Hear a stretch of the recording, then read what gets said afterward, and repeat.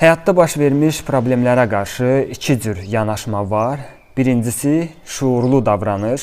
Nə vaxt insan səbəbini axtarır, tapır və bu hər zaman özünə gətirir. İkincisi, şuursuz davranış. Nə vaxt insan günahkarları axtarır və bu adətən kənardakılar olur.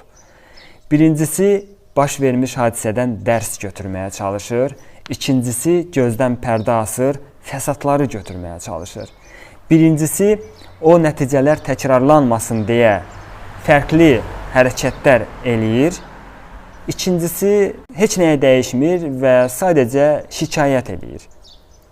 Birincisi, baş vermiş hər şeyə rəğmən şükür etməyə imkan tapır.